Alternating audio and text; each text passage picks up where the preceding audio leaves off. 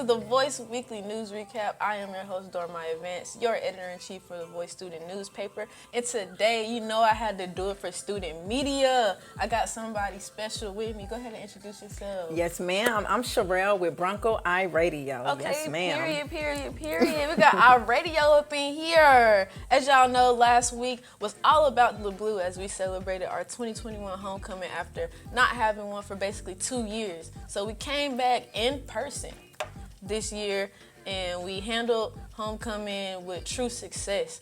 This week we will be recapping the homecoming events from last week. To see all our student content, please follow our website www.fsuthevoice.com. To see The Voice on social media or to get involved, please follow us on Instagram at FSUTheVoice_ or on Twitter at FSUTheVoice.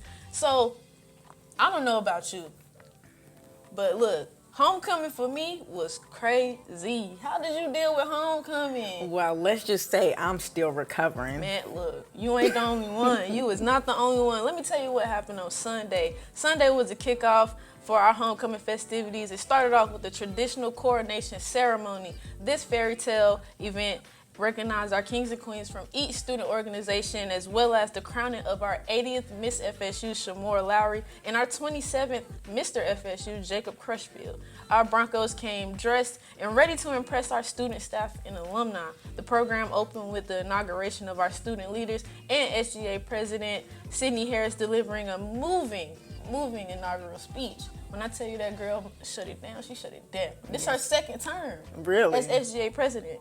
But she received a bunch of applause. Everybody enjoyed her speech. And at the close of the ceremony, all our beautiful Bronco kings and queens were honored, and our homecoming king, Jabril Hogan, and homecoming queen, Brianna Austin, were also crowned. Man, at the end of the night, our Broncos counted down the homecoming in Sherelle. I knew they was turned for what was going to happen on Monday. I know you know went down on Monday. Yes, you know, they're just getting started. The Broncos filled up the J.W. Seabrook Auditorium in the Challenge of Oscor Awards, right? This was to determine who was the best DJ. They went head-to-head in 5 rounds of different well-known genres, right? And that could be rap genre, or hip-hop, or love song. And in the end, the crowd chose the winner. I mean, the winner took home $100, and they can spend it however they choose. And some of the winners were Sanaya Lyles and Tanaja Harris, and they received a standing ovation from the crowd. Okay, yeah, I know about Miss Tanaja. She is just a big ball of energy. I loved her stage presence. Yeah. She ain't have to do much because she won, I'll tell you that. I mean, that was just Monday anyway, right? The party was just getting started. Oh, yeah, because Tuesday, I know the Broncos came in, took over Seabrook Auditorium once again last Tuesday for the comedy show featuring some well-known social media comedians by the name of Hey Tony TV, King Henry Welch, and of course the main headliner, Desi Banks. The show was hosted by Hey Tony TV, a highly successful social media comedian who is widely known for his portrayal of events that happened to us all during our high school years. Mr. Henry Welch opened the show with a few jokes, roasting some of our fellow Greeks and Broncos, but the crowd loved his energy and his southern humor. Along with the headliner, who came at the very end, Mr. Desi Banks. He stopped in Broncoville for a night of fun and good humor.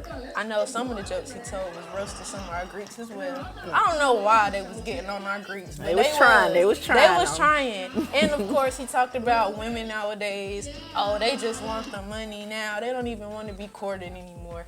And of course, he talked about him being a student and going to Georgia State and not, messing with the parties like that. Yeah. And so I really do. I enjoyed myself. He was definitely somebody very, very funny and worth being around at the time.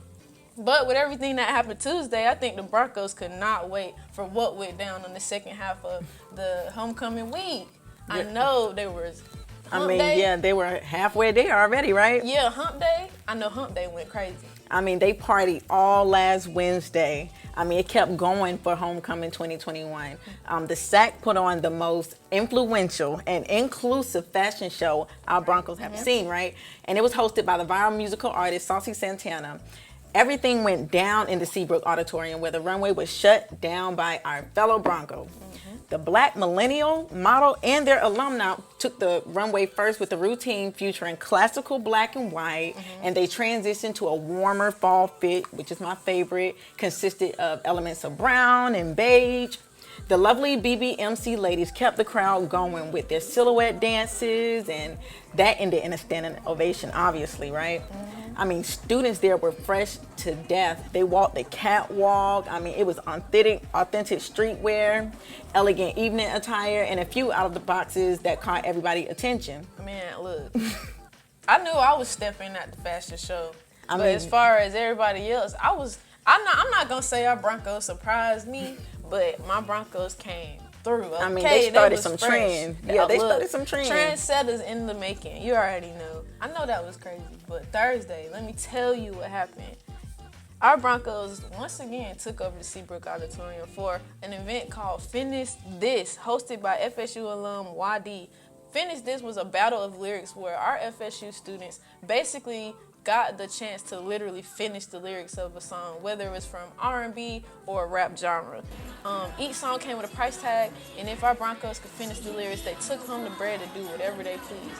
I know some of them Broncos was happy because everybody was getting bread throughout the week. I mean, Everybody. I don't know why they was being so generous, but they was. They came through blessing our Broncos. YD was definitely a ball of energy, a great host for the show, along with DJ Fudge on the ones and twos. Our Broncos had a great turnout for the show. They finished it up without hesitation, and I bet Friday was the day. One of the best days of the week, right? I mean, we lead into the weekend, so you got to stay hyped, right? Mm-hmm. They took it outside to the yard for the festivities. I mean, there was several attractions on the yard, like basketball, vendors, rock climbing, and so much more.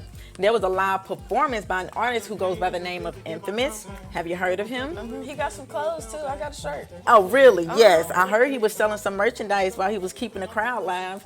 So the Kappa Alpha Psi fraternity and the FSU cheerleaders graced the crowd with some entertainment through dance. I mean, were they not killing it out there? I mean, look, them Kappas smooth now. They smooth now when they be strolling. Yes, later on that evening, the Broncos gathered again to see hip-hop artist Tootsie. He performed in Capel Arena for the Pajama Jam party. I don't even want to talk about the Pajama Jam party because I know he had all the ladies in there like stuck inside your love cycle. Oh, look, I was in there. And you know, it was really high in there. And I know, even though that was Friday, even though it was the beginning of the weekend, I know you got a lot of action for the game. I know you did. Listen, them Broncos ain't coming to play Saturday. Fayetteville State played yet another dominant game against the Johnson C. Smith Golden Bulls. The game went down. The Broncos took it home, 55-12. Stop playing with them boys.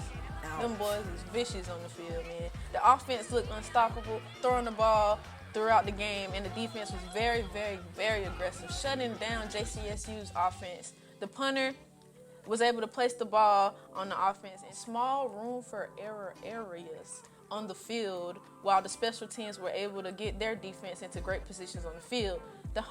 This homecoming was the first for our Chancellor, Mr. Allison, Chancellor Allison. It was very special because we received a very, very generous donation from the Lillian P. Willingham Foundation of $351,700. They got a big check. I mean, we deserve it. We were lit for homecoming. I mean, look, they was generous. Chancellor Allison, if you're watching, I need a scholarship, please.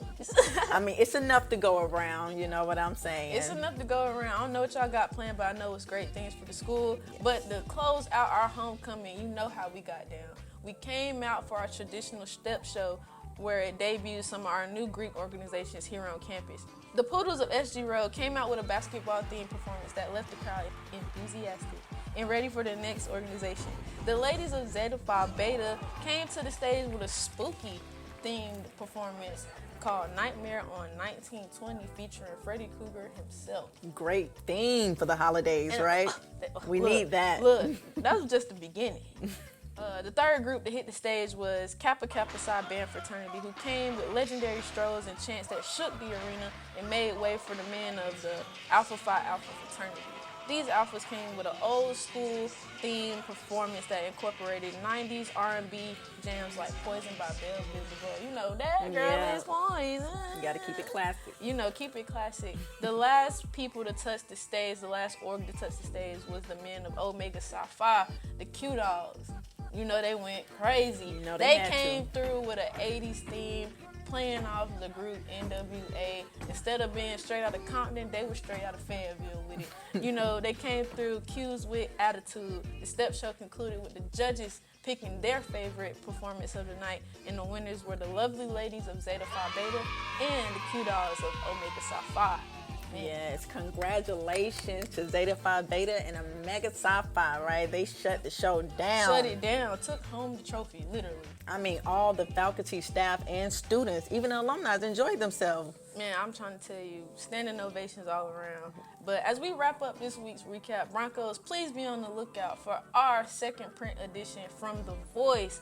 This issue is going to be centered around homecoming. You're going to see pictures, you're going to see interviews, you're going to see everything homecoming, everything all about the blue. Tell them where they can find The Voice's print editions, Jarrell. Yes, keep a lookout for all the blue boxes around campus. That's where you will find all the prints at. Yes.